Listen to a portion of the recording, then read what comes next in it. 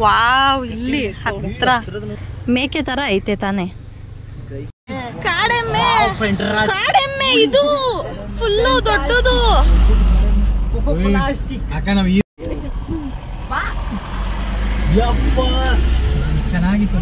ಊಟ ಇದೆ ಬಿದ್ರಿ ಮೇಲೆ ಅಲ್ಲಾಡ್ತು. ತಮಿಳ್ನಾಡು ಬಾರ್ಡರ್ ಗಂಟನೆ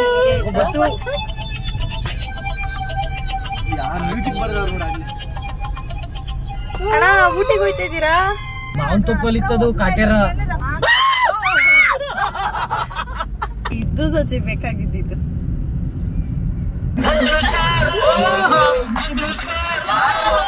ಹಾಯ್, ಎಲ್ಲರಿಗೂ ನಮಸ್ತೆ. Welcome to our Ravinayana YouTube channel. ಇದು ಊಟಿಗೆ ಹೋಗಿ ಬಂದಿದ್ದು ವ್ಲಾಗ್. ಇದು ಹೋಗಿದ್ದ ಜಾಗದ ಜೊತೆ ಹೋಗೋ ದಾರಿ ಕೂಡ ಸೂಪರ್ ಆಗಿತ್ತು. ತುಂಬಾ ಎಂಜಾಯ್ ಮಾಡಿದೀವಿ. ಮತ್ತೆ ಇದು ಫುಲ್ ಟೋಟಲ್ ಕಾಮಿಡಿ ವಿಡಿಯೋ. ಈ ಸುಡೋ ಬಿಸಿಲು, ಶೆಕೆ ಇದ್ರ ಮಧ್ಯದಲ್ಲಿ ಊಟಿಗೆ ಹೋಗ್ಬಿಟ್ಟು ಬರೋಣ ಅಂದ್ಕೊಂಡು ಹೋಗಿದ್ದು. ನಿಜವಾಗ್ಲೂ ಸ್ವರ್ಗ ಇದ್ದಂಗೆ ಇದೆ ಊಟಿ. ಆದರೆ ಅಲ್ಲಿರೋಕೆ ಇಷ್ಟ ಆಗಲಿಲ್ಲ, ವಾಪಸ್ ಬಂದ್ವಿ. ಬಟ್ ಬಂದಮೇಲೆ ಅದನ್ನು ಮಿಸ್ ಮಾಡ್ಕೊತಾ ಇದ್ದೀವಿ. ಇಲ್ಲಿನ ಶೆಕೆ ನೋಡಿಬಿಟ್ಟು ಅಲ್ಲೇ ಇರಬೇಕಾಗಿತ್ತು ಅಂತ ಅನ್ನಿಸ್ತಾ ಇದೆ. ಬಟ್ ಅಲ್ಲಿ ಯಾಕೆ ನಮ್ಗೆ ಇಷ್ಟ ಆಗಲಿಲ್ಲ ಅಂತಲೂ ನಾನು ನಿಮಗೆ ಆಮೇಲೆ ಹೇಳ್ತೀನಿ. ಇನ್ನೊಂದು ಇಂಪಾರ್ಟೆಂಟ್ ವಿಷಯ ಏನಂತ ಅಂದರೆ, ಬಂಡೀಪುರ ರೂಟಲ್ಲಿ ಹೋದರೆ ಬಂಡೀಪುರ ಚೆಕ್ ಪೋಸ್ಟಲ್ಲಿ ರಾತ್ರಿ 9 ಗಂಟೆಯಿಂದ 6 ಗಂಟೆ ತನಕ ಗೇಟ್ ಕ್ಲೋಸ್ ಮಾಡ್ತಾರೆ. ತುಂಬ ಸ್ಟ್ರಿಕ್ಟಾಗಿ ಫಾಲೋ ಮಾಡ್ತಾರೆ. ನೀವು ಏನು ಹೇಳಿದ್ರು ಬಿಡೋದಿಲ್ಲ. ಚಂದ ಮರಿ ಹೋದಂಗೆ ಹೋಯ್ತೈತಿ. ಚಂದ ಮರಿ ಇವು ನೋಡೋ ಮರಿ. ನಾವು ಬಂಡೀಪುರ ಪಾರ್ಕಲ್ಲಿ ಹೋಗಬೇಕಾದ್ರೆ ಮತ್ತು ಬರಬೇಕಾದ್ರೆ ಇರೋ ಅಂಥ ಆ್ಯಸ್ ಇಟ್ ಈಸ್ ವೀಡಿಯೋಸ್ನ ಅಪ್ಲೋಡ್ ಮಾಡಿದ್ದೀನಿ. ಯಾವುದೋ ವಾಯ್ಸ್ ಓವರ್ ಕೊಟ್ಟಿಲ್ಲ. ತುಂಬಾ ಚೆನ್ನಾಗಿದೆ. ನಾವು ಯಾವುದೇ ಪ್ರಾಣಿಗಳಿಗೆ ಹಾಳು ಮಾಡಿಲ್ಲ. ಅಂಡ್ ಹೇಳಿರೋ ವಿಷಯಗಳು ಕೆಲವು ಕಾಲ್ಪನಿಕ. ಯಾರು ಸೀರಿಯಸ್ ಆಗಿ ತಗೋಬೇಡಿ, please don't mind. And video ಎಂತ ತನಕ ನೋಡಿ. ತುಂಬ ಕಾಮಿಡಿ ಇದೆ, ತುಂಬ ಖುಷಿ. ನಮ್ಮ ತೋಟದಲ್ಲೂ ಅವೆ. ಇದು ಗಣ್ಣವಿಲು. ವಾವ್, ಇಲ್ಲಿ ಹತ್ರ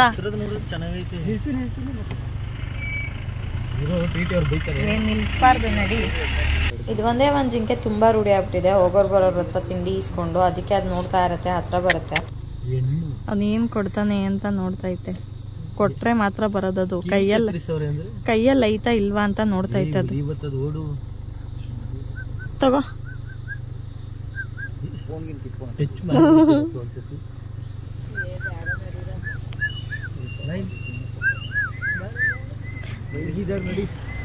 ಮೇಕೆ ತರ ಐತೆ ತಾನೆ.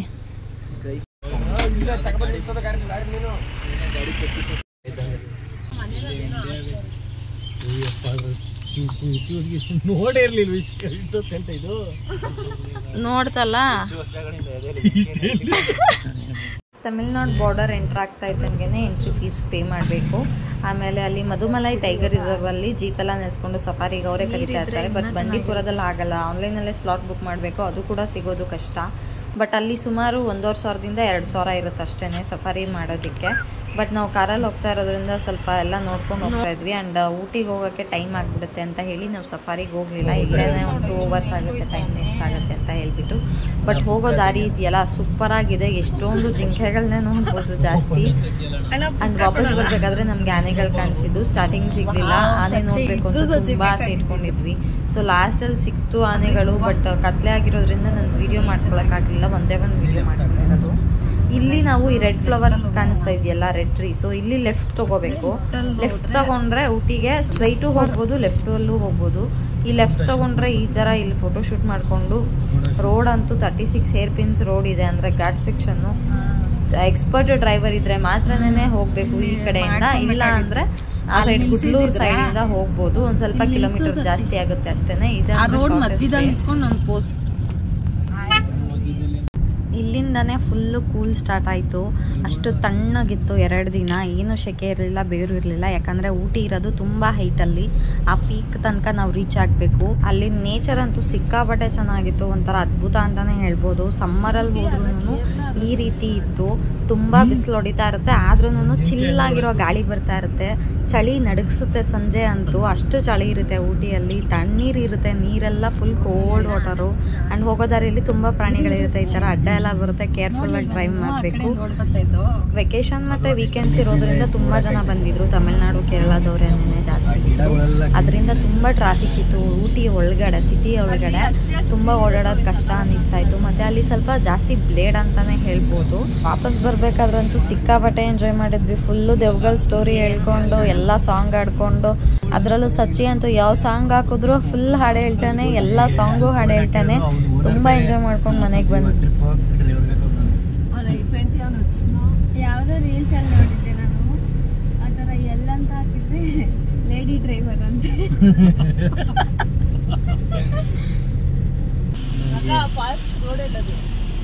ಅದಿಲ್ಲೇ ನೋಡ್ಬೇಕಷ್ಟೇ. ಹೌದಾ? ಊಟಿ ಸಿಟಿ ಎಂಟ್ರಿ ಆಗೋಕ್ಕೂ ಮುಂಚೆನೆ ವೆನ್ಲಾಕ್ 9th ಮೈಲ್ ಶೂಟಿಂಗ್ ಪ್ಲೇಸ್ಗೆ ಹೋಗಿದ್ವಿ. ಸಿನಿಮಾಗಳಲ್ಲೆಲ್ಲ ನೋಡಿರ್ತೀರಾ, ಈ ರೀತಿ ಇರುತ್ತೆ. ಇದು ಸಮ್ಮರಲ್ಲಿ ಈ ಥರ ಇದೆ. ಹಸಿರಾಗಿದ್ದಿದ್ರೆ ಇನ್ನೂ ಚೆನ್ನಾಗಿರೋದು. 6th ಮೈಲ್ ಶೂಟಿಂಗ್ ಪಾಯಿಂಟ್ ಅಂತಲೂ ಇದೆ. ಹೆಜ್ಜೆಗೂ ಪ್ಲೇಸಸ್ ಇದೆ, ಬಟ್ ನಾವು ಎಲ್ಲನೂ ಕವರ್ ಮಾಡೋಕ್ಕಾಗಲ್ಲ. ಯಾಕಂದರೆ ಈ ಥರ ಒಂದು ಪ್ಲೇಸ್ಗೆ ಹೋದರೆ ಹತ್ತಿ ಇಳಿಬೇಕು, ಅದೊಂದೇ ಹಿಂಸೆ.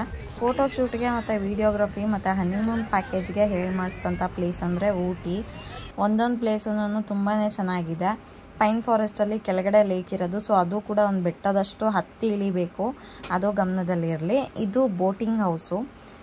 ತುಂಬಾ ಕ್ಯೂ ಇರುತ್ತೆ ಇಲ್ಲೂ ಕೂಡ. ಇಲ್ಲಿ pedal boat, row boat, motor boat ಎಲ್ಲ ಇರುತ್ತೆ.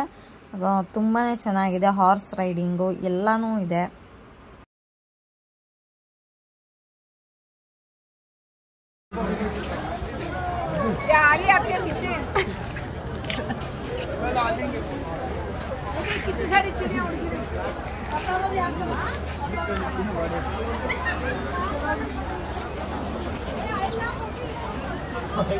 ನಾವು ಹೋದಾಗ ಅಲ್ಲಿ ಬಂಗಿ ಜಂಪಿಂಗ್ಗೆ ರೆಡಿ ಮಾಡ್ತಾಯಿದ್ರು. ಇನ್ನೊಂದು ಸ್ವಲ್ಪ ದಿನ ಬಿಟ್ಟು ಹೋಗೋರಿಗೆ ಅದು ಫೆಸಿಲಿಟಿ ಅವೈಲೇಬಲ್ ಇರುತ್ತೆ. ಗೇಮ್ಸು ಎಲ್ಲನೂ ಇದೆ, ಚೆನ್ನಾಗಿದೆ. ಆ್ಯಂಡ್ ಫುಡ್ ಕೋರ್ಟ್ ಎಲ್ಲ ಇದೆ ಅಲ್ಲೇನೇ, ಚೆನ್ನಾಗಿದೆ. ಬಟ್ ತುಂಬ ಜನ ಇರೋದ್ರಿಂದ ಎಲ್ಲದಕ್ಕೂ ಕ್ಯೂ, ಎಲ್ಲದಕ್ಕೂ ರಶ್ಶು.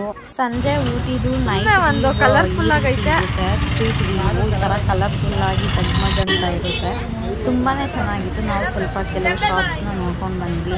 ಆ್ಯಂಡ್ ಅಲ್ಲಿ ಒಂದು ಫ್ಯಾನ್ಸಿ ಐಟಮ್ಸ್ ಅಂಗಡಿ ನನಗೆ ಸಿಕ್ಕಾಪಟ್ಟೆ ಇಷ್ಟ ಆಯಿತು. ಯಾಕಂದರೆ ನಾವೇ ಫ್ಯಾನ್ಸಿ ಐಟಮ್ಸ್ ಹೋಗೋದ್ರಿಂದ ಯಾವ ರೀತಿ ಅಲ್ಲಿ ಇರುತ್ತೆ ಅಂತ ನೋಡಿದ್ರೆ ಅವ್ರು ತುಂಬ ಚೆನ್ನಾಗಿ ಮೇಂಟೈನ್ ಮಾಡಿದರು ಕೂಡ. ತುಂಬ ದೊಡ್ಡ ಅಂಗಡಿ, ಚೆನ್ನಾಗಿತ್ತು. ಆ್ಯಂಡ್ ತುಂಬ ಬ್ಲೇಡು. ನಾವಲ್ಲೇ ಅಪ್ಪಣ್ಣ ಅಂತ ಒಂದು ಹೋಟೆಲಲ್ಲಿ ಊಟ ಮಾಡಿಕೊಂಡು ವಾಪಸ್ ರೂಮಿಗೆ ಬಂದ್ವಿ. ನಾವು ಪ್ರೀತಿ ಪ್ಯಾಲೇಸ್ ಅನ್ನೋ ಹೋಟೆಲಲ್ಲಿ ರೂಮ್ ಬುಕ್ ಮಾಡಿದ್ದಿದ್ದು. ಆನ್ಲೈನಲ್ಲೇ ಫಸ್ಟೇ ಬುಕ್ ಮಾಡ್ಕೋಬೇಕು, ಯಾಕಂದರೆ ರೂಮ್ಸೇ ಅವೈಲೇಬಲ್ ಇರೋದಿಲ್ಲ. ಮತ್ತು ಅದು ಕೂಡ ತುಂಬ ಬ್ಲೇಡು. ಇದು ಊಟಿ ವೀವು ರೂಮಿಂದ ಚೆನ್ನಾಗಿತ್ತು. ಆ್ಯಂಡ್ ಬೆಳಿಗ್ಗೆ ರೋಸ್ ಗಾರ್ಡನ್ಗೆ ಹೋದ್ವಿ. ರೋಸ್ ಗಾರ್ಡನಲ್ಲಿ ರೋಸಸ್ಸೇ ವಿಶೇಷ. ಅಷ್ಟು ಕಲರ್ಫುಲ್ ಆಗಿರೋ ರೋಸಸ್ ಇತ್ತು. ತುಂಬಾ ಚೆನ್ನಾಗಿತ್ತು, ತುಂಬ ದೊಡ್ಡದು. ಒಂದು ದಿನ ಬೇಕು ಅದನ್ನು ನೋಡೋಕ್ಕೆ. ಬಟ್ ನಾವು ಒಂದೇ ದಿನದಲ್ಲಿ ಸುಮಾರು ಪ್ಲೇಸಸ್ ನೋಡ್ಬಿಟ್ವಿ. ಫೋಟೋಸ್ಗೆ ವೀಡಿಯೋಸ್ಗೆ ಸೂಪರಾಗಿತ್ತು. ನೆಕ್ಸ್ಟ್ ಹೋಗಿದ್ದು ಬೊಟಾನಿಕಲ್ ಗಾರ್ಡನ್ನು. ರೋಸ್ ಗಾರ್ಡನ್ ಮತ್ತು ಬೊಟಾನಿಕಲ್ ಗಾರ್ಡನು ಸಿಮಿಲರ್ ಆಗಿದೆ. ಇನ್ನೊಂದು ಕರ್ನಾಟಕ ಸಿರಿ ಹಾರ್ಟಿಕಲ್ಚರ್ ಅಂತ ಇದೆ, ಅದು ಕೂಡ ಸೇಮ್ ಹಿಂಗೆ ಇರುತ್ತೆ. ನಾವು ಅದಕ್ಕೆ ಅಲ್ಲಿಗೆ ಹೋಗಲಿಲ್ಲ. ಊಟಿಲಿ ಯಾವುದೇ ಪ್ಲೇಸ್ಗೆ ಹೋದ್ರೂ ಎಂಟ್ರಿ ಫೀ, ಪಾರ್ಕಿಂಗ್ ಫೀ, ನಮಗೆ ಫೀ, ಆಮೇಲೆ ಆ್ಯಕ್ಟಿವಿಟೀಸಿಗೆ ಫೀ ಅಂತ ಎಲ್ಲದಕ್ಕೂ ಇರುತ್ತೆ. ನಾನು BSc ಮಾಡಬೇಕಾದ್ರೆ ನಮ್ಮ ಬಾಟ್ನಿ ಮ್ಯಾಮ್ ಮಂಜುಳಾ ಮ್ಯಾಮ್ ಅಂತ ಇದ್ದರು. ಯಾವಾಗ್ಲೂ ಊಟಿ ಬೊಟಾನಿಕಲ್ ಗಾರ್ಡನ್ ಬಗ್ಗೆನೇ ಹೇಳೋರು. ಈ ಸ್ಪೀಷೀಸ್ ಕಲೆಕ್ಷನ್ ಅಂತ ಇರುತ್ತೆ ನಮಗೆ ಪ್ರಾಕ್ಟಿಕಲ್ಸ್ಗೆ, ಅದಕ್ಕೆ ನಾವು ಇಲ್ಲಿಗೆ ಹೋಗಿದ್ದಿದ್ರೆ ಚೆನ್ನಾಗಿರೋದು ಅಂತ ಯಾವಾಗಲೂ ಹೇಳೋರು. ಅಷ್ಟು ಸ್ಪೀಷೀಸ್ ಕಲೆಕ್ಷನ್ಸ್ ಇದೆ ಇಲ್ಲಿ. ನನಗೆ ಇಲ್ಲಿ ಸಿಕ್ಕಾಪಟ್ಟೆ ಇಷ್ಟ ಆಗಿದ್ದು ಅಂದರೆ ಈ ರೀತಿ ಗಿಡಗಳನ್ನ ಕರ್ವ್ ಮಾಡಿರ್ತಾರೆ ಶೇಪಲ್ಲಿ, ಅದು ಸಿಕ್ಕಾಪಟ್ಟೆ ಚೆನ್ನಾಗಿ ಮಾಡಿದರು. ಅಲ್ಲಿಂದ ಮುರುಗನ್ ಹಿಲ್ಗೆ ಬಂದ್ವಿ. ಆ ಸ್ಟ್ಯಾಚು ನೋಡೋಕ್ಕೆ ಒಂದು ಚಂದ, ಅಷ್ಟು ಚೆನ್ನಾಗಿತ್ತು. ರವಿಗೂ ಸಚ್ಚಿಗೂ ಎಲ್ಲ ಪ್ಲೇಸ್ಗಿಂತ ಇದೇ ಪ್ಲೇಸ್ ತುಂಬ ಚೆನ್ನಾಗಿ ಇಷ್ಟ ಆಯಿತು ಅಂತ ಅಂದರು. ಅಷ್ಟು ಚೆನ್ನಾಗಿ ಪೀಸ್ಫುಲ್ ಆಗಿತ್ತು. ಅಲ್ಲೊಂದು ದೇವಸ್ಥಾನ ಕೂಡ ಇದೆ. ಅಲ್ಲಿಂದ ನಾವು ದೊಡ್ಡ ಬೆಟ್ಟ ಪೀಕಿಗೆ ಹೋಗಬೇಕು ಅಂದ್ಕೊಂಡು ಹೋಗಿಲ್ಲ, ಯಾಕಂದರೆ ಅಷ್ಟು ಟ್ರಾಫಿಕ್ ಜಾಮ್ ಇತ್ತು. ನಿಜ ನಾವು ಅಲ್ಲಿ ಮೂವ್ ಆಗೋಕ್ಕಾಗ್ತಾ ಇರಲಿಲ್ಲ. ಅದರಿಂದ ನಾವು ವಾಪಸ್ ಹೋಗ್ಬಿಡೋಣ ಊರಿಗೆ ಅಂತ ಅಂದ್ಕೊಂಡು ಬಂದ್ಬಿಟ್ವಿ. ಪಿಕಾರ ಫಾಲ್ಸಲ್ಲೂ ನೀರು ಇರಲಿಲ್ಲ ಕೂಡ, ಅಲ್ಲಿಗೂ ನಾವು ಹೋಗಲಿಲ್ಲ, ಸ್ಕಿಪ್ ಮಾಡಿದ್ವಿ. ಅದಂತೂ ಬರೀ ಈ ಥರ ಟೀ ಎಸ್ಟೇಟೇ ಜಾಸ್ತಿ. ಈ ಥರ ಸೀನರಿಗಳು ಜಾಸ್ತಿ ಕಾಣಿಸುತ್ತೆ, ನೋಡೋಕ್ಕೂ ಸಿಕ್ಕಾಪಟ್ಟೆ ಚೆನ್ನಾಗಿರುತ್ತೆ. ಆ್ಯಂಡ್ ನಾವು ರೂಟ್ ಮಿಸ್ಟೇಕ್ ಮಾಡಿಕೊಂಡು ಬೇರೆ ರೂಟಲ್ಲಿ ಹೋಗ್ತಾ ಇದ್ವಿ. ಒಂದು ಸ್ವಲ್ಪ ದೂರ ಹೋದ್ವಿ ಅಷ್ಟೇ. ತುಂಬ ರೋಡೆಲ್ಲ ಕರ್ವು, ಬೆಟ್ಟಗಳು ಈ ರೀತಿ ಒಂಥರ ಭಯಂಕರವಾಗೆಲ್ಲ ಕಾಣಿಸುತ್ತೆ. ಸೊ ಇಲ್ಲೇ ಯೂಟರ್ನ್ ತೊಗೊಂಡ್ಬಿಟ್ಟು ವಾಪಸ್ ಹೋದ್ವಿ. ಅಲ್ಲೊಂದು ಶಿವನ ದೇವಸ್ಥಾನ ಇತ್ತು, ಅಂದರೆ ಲಿಂಗ, ದೊಡ್ಡ ಲಿಂಗ ಇರೋ ಥರ ಆ ಥರ ದೇವಸ್ಥಾನ ಇತ್ತು. ಅಲ್ಲೆಲ್ಲ ಜನಗಳು ಬೆಟ್ಟದ ಇದ್ರಲ್ಲೇ ಮನೆ ಕಟ್ಕೊಂಡಿರ್ತಾರೆ ನೋಡಿ, ಅದು ಸ್ಟೆಪ್ ಬೈ ಸ್ಟೆಪ್ ಅಂತ ಅನಿಸುತ್ತೆ. ಬಟ್ ಅದು ಅವರು ಹಂಗೆ ಸಮಾತಾಡ ಮಾಡ್ಕೊಂಡಿರ್ತಾರೆ. ಹಾಗೆ ಅಲ್ಲೊಂದು ಚಾಕ್ಲೇಟ್ ಫ್ಯಾಕ್ಟ್ರಿಗೆ ಹೋಗಿದ್ವಿ. ಊಟಿ ಅಂದರೆ ಚಾಕ್ಲೇಟ್ಸ್ಗೆಲ್ಲ ಫೇಮಸ್ ಅಲ್ವಾ. ಸೊ ಹೋದ್ವಿ. ಚಾಕ್ಲೇಟ್ಸ್, ಹೋಮ್ ಮೇಡ್ ಚಾಕ್ಲೇಟ್ಸ್ ಅವೆಲ್ಲ. ಬಟ್ ಅದು ಕಾರಲ್ಲಿ ಇಟ್ಕೊಂಡು ಬಂದರೆ ಮೆಲ್ಟ್ ಆಗುತ್ತೆ ಅಂತ ಹೇಳ್ಬಿಟ್ಟು ತೊಗೊಳ್ಳಿಲ್ಲ. ಟೇಸ್ಟ್ ಕೂಡ ಅಷ್ಟರಲ್ಲೇ ಇತ್ತು. ಇಲ್ಲಿಂದ ಪೈನ್ ಫಾರೆಸ್ಟ್ಗೆ ಹೋಗೋಣ ಅಂತ ಹೇಳಿ ಹೋದ್ವಿ. ಅಲ್ಲಿ ಆಚೆ ಕಡೆ ನನ್ನ ಫ್ರೆಂಡ್ಸ್ ಇದ್ರು 3 ಜನ. ನೀವು ಹೋದಾಗ ಸಿಗ್ತಾರೆ, ಮಾತಾಡ್ಸ್ಕೊಂಡು ಬನ್ನಿ. ಏನ್ ಚಿನ್ನ, ಏನ್ ಮುನ್ನ ನೀನು? ಪೈನ್ ಫಾರೆಸ್ಟ್ನ ನಾನು ಫಸ್ಟು ನೀ ಬರೆದ ಕಾದಂಬರಿ ಮೂವಿಯಲ್ಲಿ ನೋಡಿದ್ದೆ. ನನ್ನ ಪ್ರಕಾರ ಅದು ಇಲ್ಲೇ ಅನಿಸುತ್ತೆ ಶೂಟಿಂಗ್ ಮಾಡಿರೋದು. ಆ್ಯಂಡ್ ಈ ಲೇಕ್ ಇದೆಯಲ್ಲ, ಇದಂತೂ ಅದ್ಭುತ ಅಂತಲೇ ಹೇಳ್ಬೋದು. ನೀರು ತುಂಬ ಕಮ್ಮಿ ಇತ್ತು, ಆದ್ರೂ ಇಷ್ಟು ತುಂಬ ಚೆನ್ನಾಗಿ ಕಾಣಿಸ್ತಾ ಇತ್ತು. ಇನ್ನು ನೀರು ಫುಲ್ ಇದ್ದಿದ್ರೆ ಇನ್ನು ಹೆಂಗಿರೋದೋ ಗೊತ್ತಿಲ್ಲ. ಈ ಫಾರಿನ್ನಲ್ಲೆಲ್ಲ ಕೆಲವು ಪ್ಲೇಸಸ್ನ ಈ ರೀತಿ ತೋರಿಸ್ತಾರೆ. ಆ್ಯಕ್ಚುಲಿ ಇದು ಇಂಡಿಯಾದಲ್ಲೂ ಈ ರೀತಿ ಪ್ಲೇಸ್ ಇದೆ, ಅದಕ್ಕೆ ನಾವು ಹೆಮ್ಮೆ ಪಡಬೇಕಷ್ಟೇನೆ. ಇದಂತೂ ಕಲರ್ ಕೂಡ ಇದು ಸ್ವಲ್ಪ ಡಿಫ್ರೆಂಟ್ ಆಗಿರುತ್ತೆ ನೋಡೋದಕ್ಕೆ, ಗ್ರೀನಿಶ್ ಆಗಿ ತುಂಬಾ ಚೆನ್ನಾಗಿತ್ತು. ಇಲ್ಲಿ ಫೋಟೋಸು ಮತ್ತು ವೀಡಿಯೋಸ್ ಎಲ್ಲ ಸೂಪರಾಗಿ ಬಂದಿದೆ. ನಾವು ಹೋಗಿದ್ದಾರಿಲೇ ವಾಪಸ್ ಬರೋಕ್ಕಾಗಲಿಲ್ಲ, ಯಾಕಂದರೆ ಅದು 1 ವೇ ಅಷ್ಟೇ. ಅಂದರೆ 36 ಏರ್ಪಿನ್ ರೋಡ್ ಅನ್ನಲ್ಲ, ಅದು 1 ವೇ. ಆನ್ ದಿ ವೇ ಗುಡ್ಲೂರು ರೂಟಲ್ಲಿ ನಾವು ಬಂದಿದ್ದು. ಇಲ್ಲಿ on the way suicide point ಅಂತ ಇದೆ, ಇದಕ್ಕೂ ಎಂಟ್ರಿ ಫೀಸ್ ತೊಗೊಂಡು ಹೋಗಬೇಕು. ಬಟ್ ನಾವು ಹೋಗಲಿಲ್ಲ, ಯಾಕಂದರೆ ರೋಡಲ್ಲಿ ಬರಬೇಕಾದ್ರೇ ತುಂಬ ಡೀಪ್ ಕಾಣಿಸ್ತಾ ಇತ್ತು ಪೀಕು. ಅಷ್ಟು ಭಯ ಆಗುತ್ತೆ, ಅಷ್ಟು ಫಾರೆಸ್ಟ್ ಡೀಪ್ ಇದೆ ಅಲ್ಲಿ. ಇಲ್ಲೆಲ್ಲರೂ ಹೆಜ್ಜೆ ಹೆಜ್ಜೆಗೂ ನಿಲ್ಲಿಸ್ಬಿಟ್ಟು ಫೋಟೋಸ್ ಹಿಡ್ಕೊತಾ ಇರ್ತಾರೆ, ಯಾಕಂದರೆ ಎಷ್ಟು ನೋಡಿದ್ರೂ ಸಾಲೋದಿಲ್ಲ. ಕಣ್ಣಲ್ಲಿ ಎಷ್ಟೇ ನಾವು ನೋಡಿ ಕಣ್ಣು ತುಂಬಿಕೊಂಡ್ರು ಅದನ್ನು ಅನುಭವಿಸಿದ್ರೂ ಫೋಟೋಸಲ್ಲಿ ಫ್ರೇಮ್ ಮಾಡ್ಕೊಂಡ್ರೇ ಅದು ಒಂದು ಮೆಮೊರಿಯಾಗಿ ಉಳಿಯೋದು. ವಾಪಸ್ ಬರಬೇಕಾದ್ರೆ ಮಾತ್ರ ಮನೆಗೆ ಬರೋ ತನಕ ಸಿಕ್ಕಾಪಟ್ಟೆ ಎಂಜಾಯ್ ಮಾಡಿದ್ದೀವಿ. ಬರ್ತಾ ಇಲ್ಲೊಂದು ಟೀ ಶಾಪ್ ಮತ್ತು ಡ್ರೈ ಫ್ರೂಟ್ ಶಾಪ್ ಇದೆ. ಮಾವಿನ ಹಣ್ಣು ಮತ್ತು ಅನಾನಸ್ ಕೂಡ ಡ್ರೈ ಫ್ರೂಟ್ ಮಾಡಿ ಇಟ್ಟಿದ್ದಾರೆ. ಸ್ಪೈಸಸ್ಸು, ಚಾಕ್ಲೇಟ್ಸು ಇದೆಲ್ಲ ಹೋಲ್ಸೇಲಾಗಿ ಕೊಡ್ತಾರೆ. ಸ್ವಲ್ಪ ಶಾಪಿಂಗ್ ಮಾಡಿಕೊಂಡು ಬಂದ್ವಿ.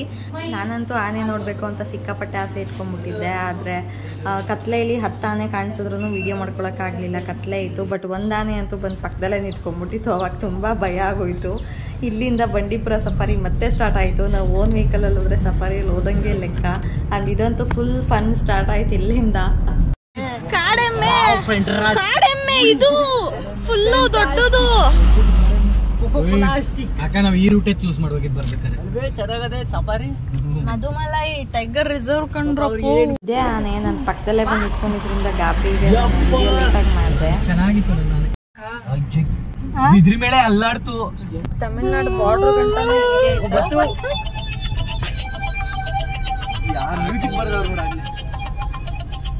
ಅಣ್ಣ ಊಟಿಗೆ ಹೋಯ್ತಾ ಇದ್ದೀರಾ?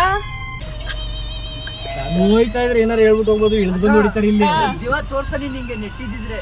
ಏ ಇರು ಪ್ಲೇ ಸ್ಟೋರ್ ಅಲ್ಲಿ ಸಾಯ್ತು.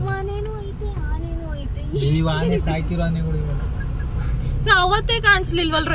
2-3 ನಿಂತವೆ ಇಲ್ಲಿ, 2-3 ನಿಂತವೆ. ವಿಡಿಯೋ ಮಾಡ್ಕೊಬಿಟ್ಲಾ? ಹತ್ರ ಹೋಗ್ಬೇಡ. ಏ ಆಗ್ತದೆ ಇನ್ನೇನ್ ಮತ್ತೆ ಸೊಳ್ಳು. ಅವತ್ತ ಅಲ್ಲೇ ಫೋಟೋಸ್ ಇಟ್ಕೊಂಡಿದೀವಲ್ಲ, ಆನೆ ಐತೆ ಅಂತಾನೆ ನಮ್ಗೆ ಗೊತ್ತಿಲ್ಲ. ಆನೆ ಬರುತ್ತೆ ಅಂತ ಬೆಳಗ್ಗೆ ಹೊತ್ತು ಬಿಟ್ಟು ಕಳ್ಸಿರ್ತಾರೆ ಮೇಯಕ್ಕೆ, ರಾತ್ರಿ ಬಂದು ಇಲ್ಲಿ ಸೇರ್ಕೋತವೆ. ದೆವ್ವಗಳಿಗೆ ಏನೇನಂತ ಕರೀತಾರೆ? ನಂಗೆ ಗೊತ್ತಾಯ್ತು ನೀನ್ ಏನ್ ಹೆಸರು ಹುಡುಕ್ತಾ ಇದೀಯ ಅಂತ. ಆದ್ರೆ ಆ ಹೆಸರು ನಂಗೂ ಬಾಯಲ್ಲಿ ನೆನ್ಪೋಗ್ ಬರ್ತಾ ಇಲ್ಲ. ಅದೇನೋ 4 ಅಕ್ಷರ ಇದೆ ಅದಕ್ಕೆ. ಯಾವ್ದಪ್ಪ ಅದು? ಭೂತ ಅಲ್ಲ, ಕಾಟೇರ.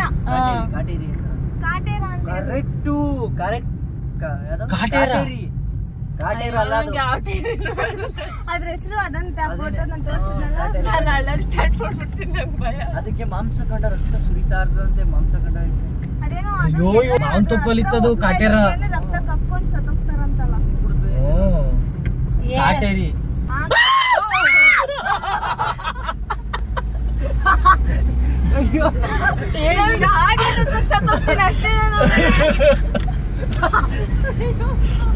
ಅಂತೂ 9 ಗಂಟೆ ಒಳಗಡೆ ಬಾರ್ಡರ್ ಕ್ರಾಸ್ ಮಾಡಿ ಹೊರಗಡೆ ಬಂದ್ವಿ. ಇನ್ನು ವಿಡಿಯೋ ಪೂರ್ತಿ ಸಾಂಗ್ಸೇ ಇರೋದು. ಅಂದರೆ ಈ ಬಾರ್ಡರಿಂದ ಹಿಡಿದು ಮನೆ ತನಕನೂ ಬರೀ ಸಾಂಗ್ ಹೇಳ್ಕೊಂಡು ಬಂದ್ವಿ. ಈ ವಿಡಿಯೋ ಇಷ್ಟ ಆದರೆ ಲೈಕ್ ಮಾಡಿ, ಶೇರ್ ಮಾಡಿ, ಸಬ್ಸ್ಕ್ರೈಬ್ ಮಾಡಿ.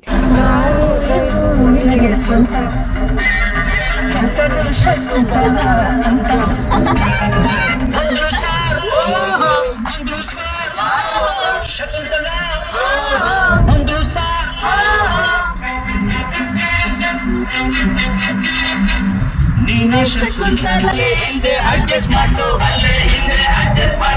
ನಿನ್ಗೆ ಯಾವ್ದು ಇಷ್ಟವೋ ಆ ಬೆಂಚ್ ಸೆಲೆಕ್ಟ್ ಮಾಡ್ಕೋ.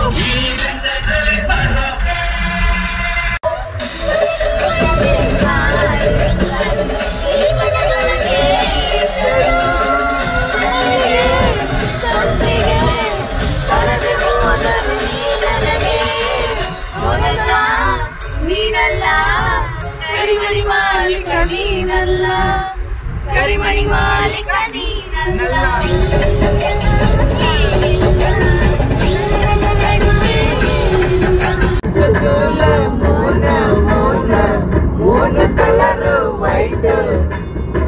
White background, night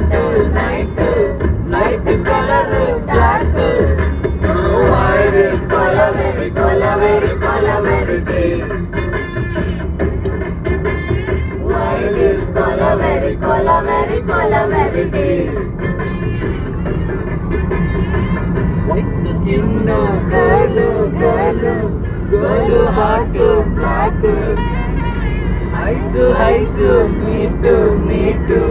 Why future dark? Why this color very deep?